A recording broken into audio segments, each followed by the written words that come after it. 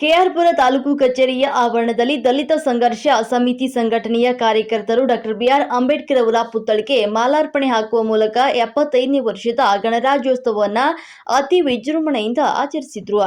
ತಾಲೂಕು ಪ್ರಧಾನ ಕಾರ್ಯದರ್ಶಿ ಗೋವಿಂದ್ರವರು ಮಾತನಾಡಿ, ಪ್ರಪಂಚದ ಬಹಳ ದೊಡ್ಡ ಸಂವಿಧಾನ ಅಂದ್ರೆ ಅದು ಭಾರತ ಸಂವಿಧಾನವಾಗಿದೆ. ಇದಕ್ಕೆ ವಿಶ್ವವ್ಯಾಪ್ತಿ ಪ್ರತ್ಯೇಕವಾದಂತಹ ಸ್ಥಾನಮಾನ ಗೌರವವನ್ನು ನೀಡಿದೆ. ಅದು ಯಾಕಂದ್ರೆ ಅದರ ಹಿಂದೆ ಡಾಕ್ಟರ್ ಬಿಆರ್ ಅಂಬೇಡ್ಕರ್ ಅವರ ಶ್ರಮ ಮತ್ತು ಜ್ಞಾನದ ಅರಿವನ್ನು ಒಳಗೊಂಡಿದೆ ಅಂತ ಹೇಳಿದ್ರು. ನವೆಂಬರ್ 26ರಂದು ಜಾಗೃತಿ ಸಮಾವೇಶ ಕರ್ನಾಟಕದ ಎಲ್ಲ ಜಿಲ್ಲೆಗಳಲ್ಲೂ ಕೂಡ ಹಮ್ಮಿಕೊಂಡಿದ್ದೆವು.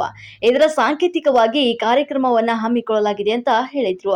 ಈ ಸಂದರ್ಭದಲ್ಲಿ ಜಿಲ್ಲಾ ಪ್ರಧಾನ ಕಾರ್ಯದರ್ಶಿ ಮುನಿನಂಜಪ್ಪ, ವಿಭಾಗೀಯ ಉಪಸಂಚಾಲಕರಾದ ಮಣಿಪಾಲ ರಾಜಣ್ಣ, ದಲಿತ ಸಂಘರ್ಷ ಸಮಿತಿಯ ಪದಾಧಿಕಾರಿಗಳು ಭಾಗಿಯಾಗಿದ್ದರು.